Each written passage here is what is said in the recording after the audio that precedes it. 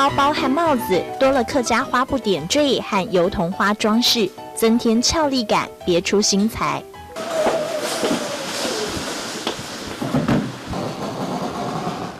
一块块客家花布要变成产品，幕后功臣就是他，卢瑞春。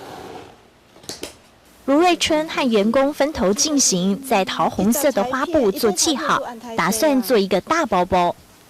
要多用片，等下拿包包不可能都低。你要做桐花休闲包，仔细丈量剪裁，20多年来如一日。卢瑞春拿起了电动裁缝刀，花布立刻一分为二。原本卢瑞春从事纺织业，民国76年面临产业外移，不得不转型。他决定投入文创事业，找油桐花当主角。我们的桐花季就像日本的樱花季，可以跟观光产业联合起来，所以我就跟客委会那边积极的配合去开发油桐花布。幸好有客委会帮忙，卢瑞春成功转型。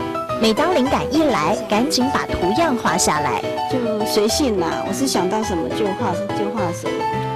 像这个就会用客家的旁扣嘛，这就想说做靠枕，上面加上一个好客。我本身是客家人啊，所以呢，我也比较会想说喜爱自己的文化，把这个文化再用在产品上。一笔一画勾勒，不假他人之手。看见卢瑞春的用心，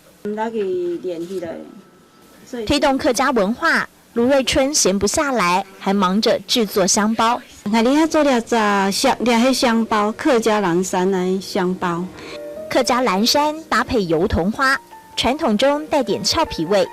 虽然我也是客家人，但是我不是那么了解客家文化。了解之后，到现在我变成喜欢上这个文化。喜欢上这个文化，我会变成有一种责任使命感。油桐花产品逐渐赢得外国人青睐。卢瑞春透露，过去他对客家文化的印象是勤俭，现在多了一个名词，叫做国际观。只要在国际上可以提得到、看得到油桐花，人家就会想到这是台湾。